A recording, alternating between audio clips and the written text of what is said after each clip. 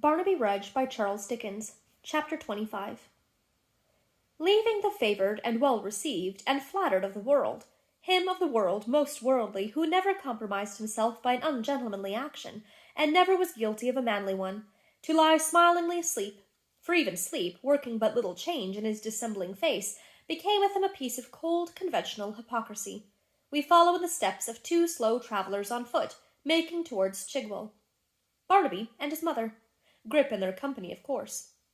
The widow, to whom each painful mile seemed longer than the last, toiled wearily along, while Barnaby, yielding to every inconstant impulse, fluttered here and there, now leaving her far behind, now lingering far behind himself, now darting into some by-lane or path, and leaving her to pursue her way alone until he stealthily emerged again, and came upon her with a wild shout of merriment, as his wayward and capricious nature prompted. Now he would call to her from the topmost branch of some high tree by the roadside, now using his tall staff as a leaping pole, come flying over ditch or hedge or five-barred gate, now run with surprising swiftness for a mile or more on the straight road, and halting, sport upon a patch of grass with Grip till she came up. These were his delights, and when his patient mother heard his merry voice or looked into his flushed and healthy face, she would not have abated them by one sad word or murmur, though each had been to her a source of suffering in the same degree as it was to him of pleasure. It is something to look upon enjoyment, so that it be free and wild and in the face of nature, though it is but the enjoyment of an idiot. It is something to know that heaven has left the capacity of gladness in such a creature's breast. It is something to be assured that, however lightly men may crush that faculty in their fellows, the great Creator of mankind imparts it even to his despised and slighted work. Who would not rather see a poor idiot happy in the sunlight than a wise man pining in a darkened jail? Ye men of gloom and austerity, who paint the face of infinite benevolence with an eternal frown, read in the everlasting book, wide open to your view, the lesson it would teach. Its pictures are not in black and sombre hues, but bright and glowing tints. Its music, save when ye drown it, is not in sighs and groans, but songs and cheerful sounds. Listen to the million voices in the summer air, and find one dismal as your own. Remember, if you can, the sense of hope and pleasure which every glad return of day awakens in the breasts of all your kind who have not changed their nature, and learn some wisdom even from the witless, when their hearts are lifted up, they know not why, by all the mirth and happiness it brings. The widow's breast was full of care, was laden heavily with secret dread and sorrow, but her boy's gaiety of heart gladdened her, and beguiled the long journey. Sometimes he would bid her lean upon his arm, and would keep beside her steadily for a short distance. But it was more his nature to be rambling to and fro, and she better liked to see him free and happy, even than to have him near her, because she loved him better than herself. She had quitted the place to which they were travelling, directly after the event which had changed her whole existence, and for 22 years had never had courage to revisit it. It was her native village. How many recollections crowded on her mind when it appeared in sight! 22 years. Her boy's whole life and history. The last time she looked back upon those roofs among the trees, she carried him in her arms an infant. How often since that time had she sat beside him night and day, watching for the dawn of mind that never came? How had she feared and doubted and yet hoped long after conviction forced itself upon her? The little stratagems she had devised to try him, the little tokens he had given in his childish way, not of dullness, but of something infinitely worse, so ghastly and unchildlike in its cunning, came back as vividly as if but yesterday had intervened. The room in which they used to be, the spot in which his cradle stood, he, old and elfin-like in face, but ever dear to her, gazing at her with a wild and vacant eye, and crooning some uncouth song as she sat by and rocked him. Every circumstance of his infancy came thronging back, and the most trivial, perhaps, the most distinctly. His older childhood, too, the strange imaginings he had, his terror of certain senseless things, familiar objects he endowed with life, the slow and gradual breaking out of that one horror, in which, before his birth, his darkened intellect began. How in the midst of all she had found some hope and comfort in his being unlike another child, and had gone on almost believing in the slow development of his mind until he grew a man, and then his childhood was complete and lasting. One after another, all these old thoughts sprung up within her, strong after their long slumber and bitterer than ever. She took his arm, and they hurried through the village street. It was the same as it was wont to be in old times, yet different too, and wore another air. The change was in herself, not it, but she never thought of that, and wondered at its alteration, and where it lay, and what it was. The people all knew Barnaby, and the children of the place came flocking round him, as she remembered to have done with their fathers and mothers round some silly beggarman when a child herself. None of them knew her. They passed each well-remembered house and yard and homestead, and striking into the fields were soon alone again. The warren was the end of their journey. Mr. Haredale was walking in the garden, and seeing them as they passed the iron gate, unlocked it, and bade them enter that way. "At length you have mustered heart to visit the old place," he said to the widow. "I am glad you have." "For the first time, and the last, sir," she replied. "The first for many years, but not the last." "The very last." "You mean," said Mr. Haredale, regarding her with some surprise, "that having made this effort, you are resolved not to persevere, and are determined to relapse? This is unworthy of you. I have often told you you should return here. You would be happier here than elsewhere, I know. As to Barnaby, it's quite his home." "And Grips," said Barnaby, holding the basket open. The raven hopped gravely out, and perching on his shoulder, and addressing himself to Mr. Haredale, cried, as a hint, perhaps, that some temperate refreshment would be acceptable, "Polly, put the kettle on. We'll all have tea." "Hear me, Mary," said Mr. Haredale kindly, as he motioned her to walk with him towards the house. "Your life has been an example of patience and fortitude, except in this one particular which has often given me great pain. It is enough to know that you were cruelly involved in the calamity which deprived me of an only brother, and Emma of her father, without being obliged to suppose, as I sometimes am, that you associate us with the author of our joint misfortunes." "Associate you with him, sir?" she cried. "Indeed," said Mr. Haredale, "I think you do. I almost believe that because your husband was bound by so many ties to our relation, and died in his service and defence, you have come in some sort to connect us with his murder." "Alas," she answered, "you little know my heart, sir. You little know the truth." "It is natural you should do so. It is very probable you may, without being conscious of it," said Mr. Haredale, speaking more to himself than her. "We are a fallen house. Money, dispensed with the most lavish hand, would be a poor recompense for sufferings like yours, and thinly scattered by hands so pinched and tied as ours, it becomes a miserable mockery. I feel it so, God knows," he added hastily. "Why should I wonder if she does?" "You do me wrong, dear sir, indeed," she rejoined with great earnestness, "and yet when you come to hear what I desire your leave to say—" "I shall find my doubts confirmed," he said, observing that she faltered and became confused. "Well." He quickened his pace for a few steps, but fell back again to her side, and said, "And have you come all this way at last solely to speak to me?" She answered, "Yes." "A curse," he muttered, "upon the wretched state of us proud beggars, from whom the poor and rich are equally at a distance, the one being forced to treat us with a show of cold respect, the other condescending to us in their every deed and word, and keeping more aloof the nearer they approach us. Why, if it were pain to you, as it must have been, to break for the slight purpose the chain of habit forged through 22 years, could you not let me know your wish, and beg me to come to you?" "There was not time, sir," she rejoined. "I took my resolution but last night, and taking it, felt that I must not lose a day, an hour, in having speech with you." They had by this time reached the house. Mr. Haredale paused for a moment, and looked at her as if surprised by the energy of her manner. Observing, however, that she took no heed of him, but glanced up, shuddering at the old walls with which such horrors were connected in her mind, he led her by a private stair into his library, where Emma was seated in a window reading. The young lady, seeing who approached, hastily rose and laid aside her book, and with many kind words, and not without tears, gave her a warm and earnest welcome. But the widow shrunk from her embrace as though she feared her, and sunk down trembling on a chair. "It is the return to this place after so long an absence," said Emma gently. "Pray ring, dear uncle, or stay. Barnaby will run himself and ask for wine." "Not for the world," she cried. "It would have another taste. I could not touch it. I want but a minute's rest, nothing but that." Miss Haredale stood beside her chair, regarding her with silent pity. She remained for a little time quite still, then rose and turned to Mr. Haredale, who had sat down in his easy-chair and was contemplating her with fixed attention. The tale connected with the mansion bore in mind, it seemed, as has been already said, the chosen theatre for such a deed as it had known. The room in which this group were now assembled, hard by the very chamber where the act was done, dull, dark, and sombre, heavy with worm-eaten books, deadened and shut in by faded hangings, muffling every sound, shadowed mournfully by trees whose rustling boughs gave ever and anon a spectral knocking at the glass, wore beyond all others in the house a ghostly, gloomy air. Nor were the group assembled there unfitting tenants of the spot. The widow, with her marked and startling face and downcast eyes, Mr. Haredale, stern and despondent ever, his niece beside him, like, yet most unlike, the picture of her father, which gazed reproachfully down upon them from the blackened wall.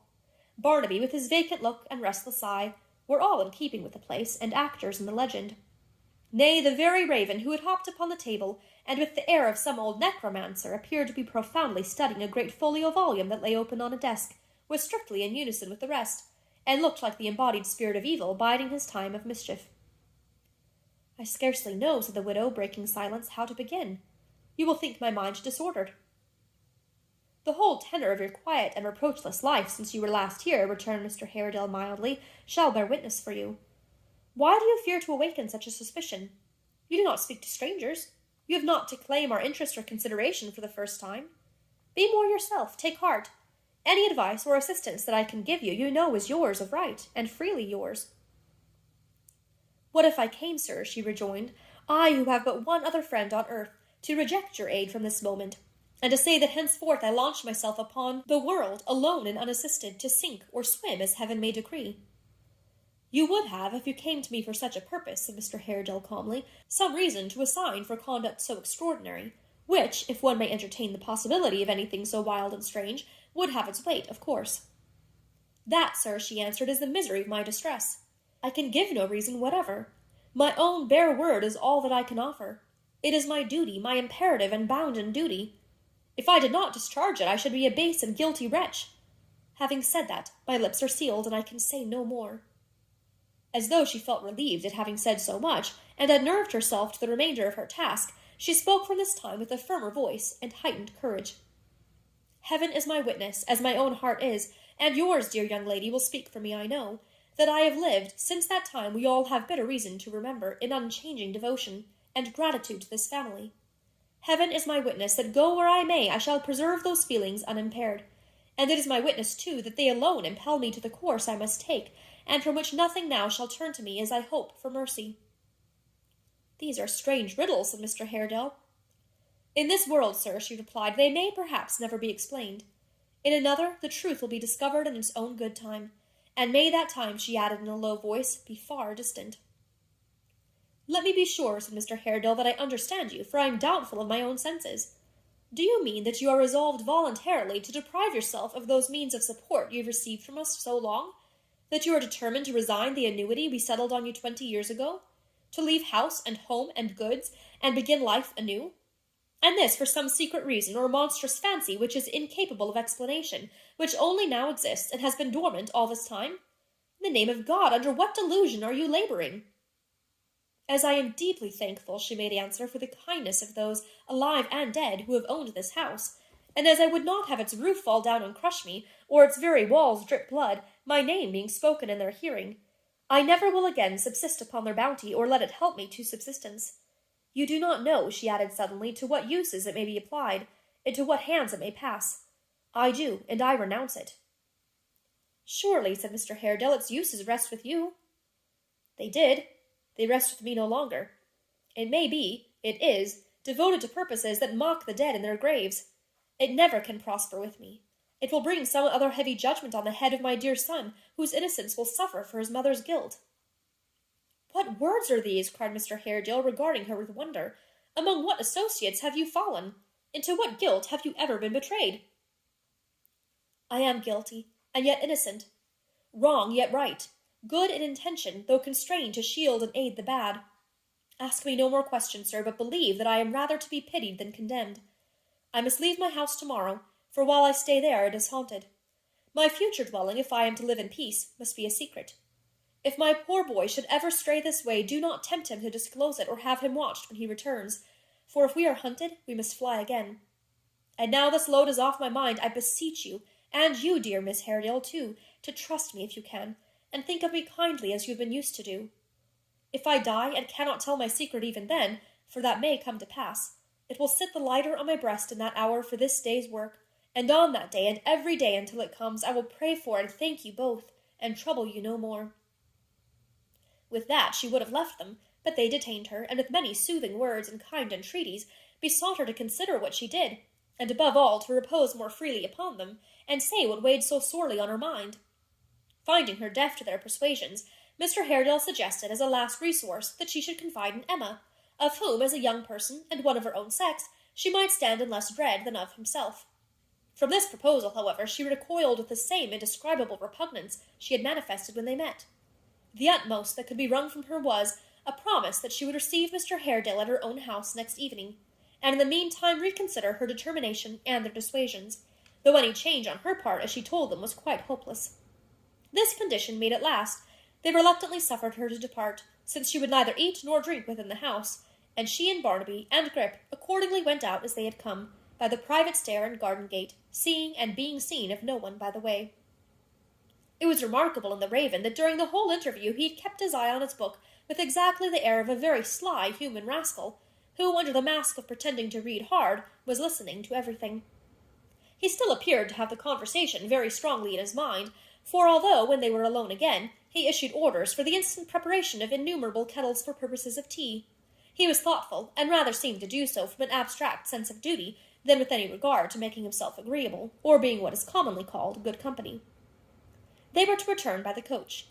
As there was an interval of full 2 hours before it started, and they needed rest and some refreshment, Barnaby begged hard for a visit to the Maypole. But his mother, who had no wish to be recognized by any of those who had known her long ago, and who feared besides that Mr. Haredale might, on second thoughts, dispatch some messenger to that place of entertainment in quest of her, proposed to wait in the churchyard instead. As it was easy for Barnaby to buy and carry thither such humble viands as they required, he cheerfully assented, and in the churchyard they sat down to take their frugal dinner. Here again the Raven was in a highly reflective state, walking up and down when he had dined with an air of elderly complacency which was strongly suggestive of his having his hands under his coat-tails, and appearing to read the tombstones with a very critical taste. Sometimes, after a long inspection of an epitaph, he would strop his beak upon the grave to which it referred, and cry in his hoarse tones, "I'm a devil! I'm a devil! I'm a devil!" But whether he addressed his observations to any supposed person below, or merely threw them off as a general remark, is matter of uncertainty. It was a quiet, pretty spot, but a sad one for Barnaby's mother, for Mr. Reuben Haredale lay there, and near the vault for which his ashes rested was a stone to the memory of her own husband, with a brief inscription recording how and when he had lost his life. She sat here, thoughtful and apart, until their time was out, and the distant horn told that the coach was coming. Barnaby, who had been sleeping on the grass, sprung up quickly at the sound, and Grip, who appeared to understand it equally well, walked into his basket straightway, entreating society in general, as though he intended a kind of satire upon them in connection with churchyards, never to say die on any terms. They were soon on the coach-top, and rolling along the road. It went round by the Maypole, and stopped at the door. Joe was from home, and Hugh came sluggishly out to hand up the parcel that it called for. There was no fear of old John coming out. They could see him from the coach roof fast asleep in his cosy bar. It was a part of John's character. He made a point of going to sleep at the coach's time. He despised gadding about. He looked upon coaches as things that ought to be indicted, as disturbers of the peace of mankind, as restless, bustling, busy, horn-blowing contrivances, quite beneath the dignity of men, and only suited to giddy girls that did nothing but chatter and go a-shopping. "We know nothing about coaches here, sir," John would say, if any unlucky stranger made inquiry touching the offensive vehicles. "We don't book for 'em. We'd rather not. They're more trouble than they're worth, with their noise and rattle. If you like to wait for 'em, you can, but we don't know anything about 'em. They may call, they may not. There's a carrier. He was looked upon as quite good enough for us when I was a boy." She dropped her veil as Hugh climbed up, and while he hung behind and talked to Barnaby in whispers. But neither he nor any other person spoke to her, or noticed her, or had any curiosity about her, and so, an alien, she visited and left the village where she had been born, and had lived a merry child, a comely girl, a happy wife, where she had known all her enjoyment of life, and had entered on its hardest sorrows.